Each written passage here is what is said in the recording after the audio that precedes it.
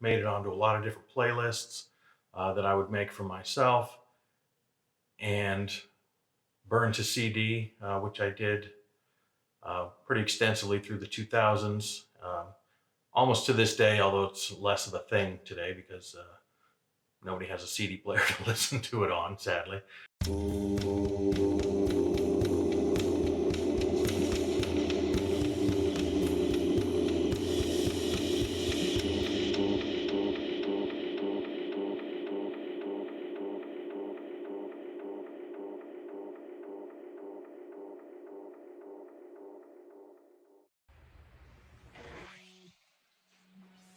Hello, VC. Plastic Eric here, Plastic Soundwave Cult, for another exciting edition of Collection Connection, the game that's just an excuse to talk about music. It's a game that I play with my brother Bryce over on Good Show Ponsonby. I'm going to talk about a record today. He's going to find a connection to that record in his collection, and he's going to talk about that on Thursday. And then I'm going to take a thread from that or a connection, and next Monday I'll do a review on an album based on what he did.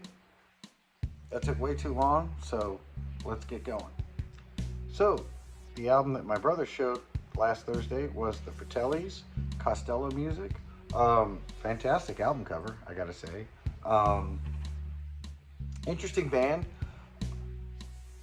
I find myself a lot of times when I listen to bands, like, who do I think their influences might be? Like, you can hear a little bit of this artist in there and a little bit of that artist, because, music evolves. It doesn't just, pop up out of nowhere. But this band, more than any other, was sounding like every other band. So it's funny because it sounded to me at one point, one of the songs sounds like Jet to me. And now that I'm sitting here in front of the camera, I'm forgetting all the other bands that they made me think of.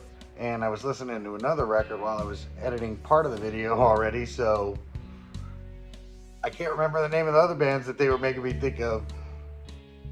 But they sounded a lot like somebody else. Not that that's bad. I think the album overall sounded pretty good. It was really catchy. I just kind of got to get my mind wrapped around that little thing, and I think I would enjoy it much more. But it was not it wasn't a terrible album. I get why it gets certain accolades. They're Scottish too, like me. But yeah, it comes down to, probably won't get that one right away, but it was a good, snappy, catchy album. So at first I thought that the Fratellis were named after like a pizza joint, but I found out that they are named after the Fratellis in the movie The Goonies. And in this movie, they are the protagonists. It's a really old movie, so I can get it if most people haven't seen it. But it's a great movie. And the Fratellis are pretty funny in that movie. And there's a sense of humor in these guys' music, I feel, too. Ween, that was another one of the bands that they kind of made me think of. Not so much sound-wise, but thought-wise.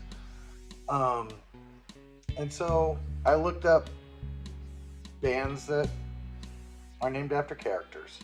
And one band that I had in my collection that came up in that list, Blondie. I have the best of Blondie. I got all, the hits that were big when I was a kid. It's not that I wouldn't get their other albums or anything. I got other priorities that I've been looking for. And this pretty much covers all their great songs. I mean, it's got like 12 songs on it, and they're all kick-ass. Fantastic band out of New York, out of CBGB's. They came up with the Talking Heads. They came up with the Ramones and Television and Richard Hell and all of those guys, all in the same little New York area. And they, between these guys and all those others, they basically kind of came up with a New York sound for that time. And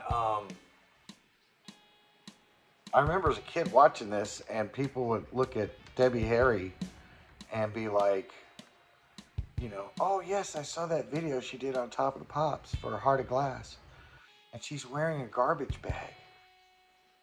She'd be so pretty if she just wasn't wearing that garbage bag. I mean, I remember that they were kind of controversial when they came out, or at least I remember them being that way. I didn't think they were controversial, but a lot of older people thought they were controversial, and I could see where they got mixed in with the punk crowd. I know Debbie Harry is married to one of these guys, and I'll be honest, they all kind of look the same to me, except for maybe the one guy on the end or this guy. But basically, she's married to one of these guys. I think it was this guy, but I'm not sure because I think it was kind of this guy too.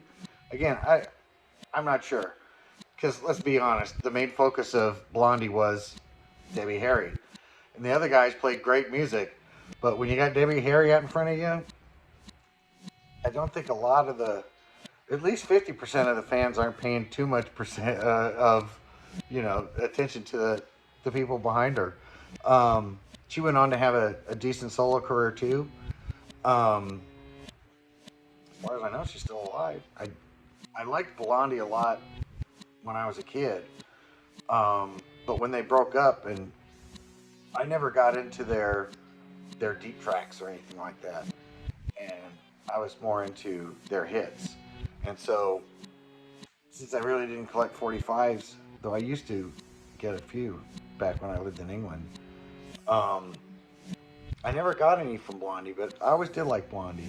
I always really did like their song Atomic, Rapture. Rapture was always a great one. Hanging on the Telephone, Sunday Girl, In the Flesh, I think is probably my favorite from them. Probably second favorite would be The Tide is High. I know a lot of people didn't care for that song when it came out. I thought it was pretty good. I always thought it was interesting how they, would take a twist and just go down a different genre. And I guess again, that's my connection with like King Gizzard and the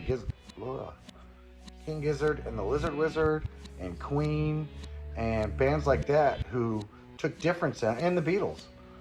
That took different sounds from different eras and turned it into their own thing. And Blondie was really good at doing that. And if for any reason at all, it's great to listen to them for that.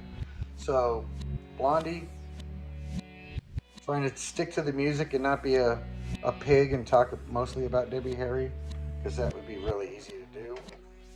And so, because it's not just about the music, it's about who your lead singer is and that you name yourself after a fictional character. Blondie, I don't even know if I mentioned it actually at the time. Now I'm thinking about it. Blondie is named after Blondie and Dagwood. So I finally said that at the end. I don't think I quite got that connection in there. But now I finally did. So it's not just about the music. It's about remembering stuff too. And so until next time, bye.